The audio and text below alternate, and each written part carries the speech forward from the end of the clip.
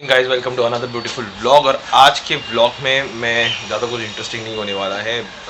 कुछ दिन पहले मेरी जो बाइक का फ्यूल गेज इंडिकेटर था वो ख़राब हो चुका था, तो अभी उसको रिप्लेस करना है।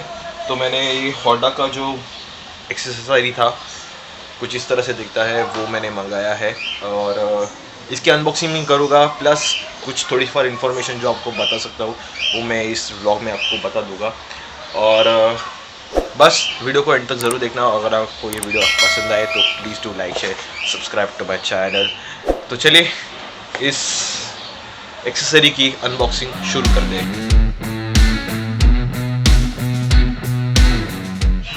तो ये जो फ्यूल गेज इंडिकेटर का जो बॉक्स है कुछ इस तरह से दिखता है। काफ़ी ठीक ठाक है पैकिंग इसकी। और इसकी जो कॉस्ट है वो भी मैं आपको दिखा देता हूँ। इट्स अराउंड 358 रुपीज़, मतलब अप्रॉक्सीमेटली 350 तक आपको आराम से कहीं पे भी मिल जाएगा।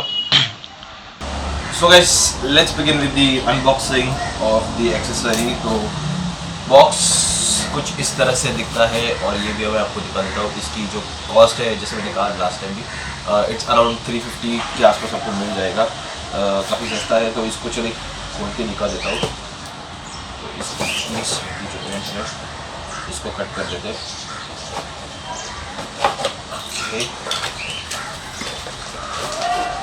तो खोलने के बाद अंदर कुछ इस तरह से है। एक आपको पैकिंग मिल जाती है and this is how it looks.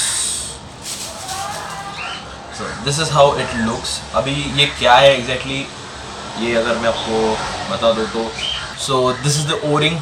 इसको काफ़ी संभाल के रखना, काफ़ी इम्पोर्टेंट चीज़ है ये।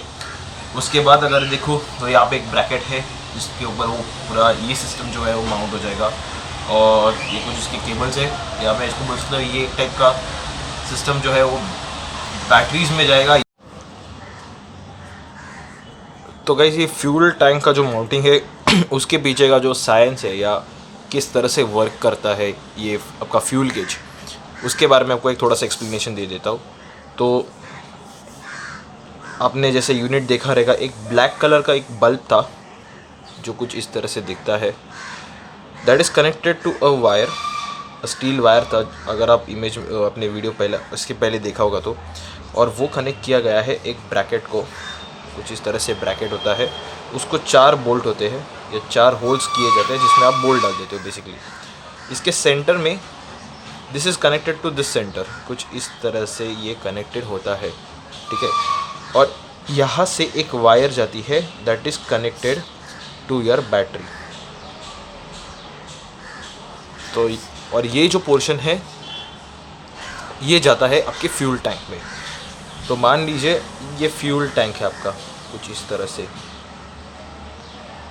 ठीक है। ये फ्यूल टैंक है आपका। ये जो प्लेट है ये इसके बेस में लगती है यहाँ पे, और ये वायर इसकी बैटरी में जाती है। तो यहाँ से जो वायर निकलती है that goes into the battery. और एक चीज़, फ्यूल टैंक की फ्यूल लाइन होती है, तो आपको फ्यूल लाइन भी निकालनी होगी। This is your fuel line. Fuel line easily निकल जाती है, उसको सिर्फ आपको प्रेस करके जस्ट निकालना पड़ता है।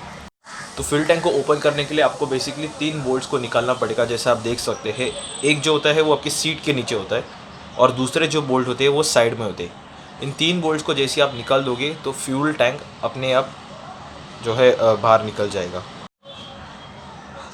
अब बात करता हूँ फ्यूल टैंक वर्क कैसे करता है।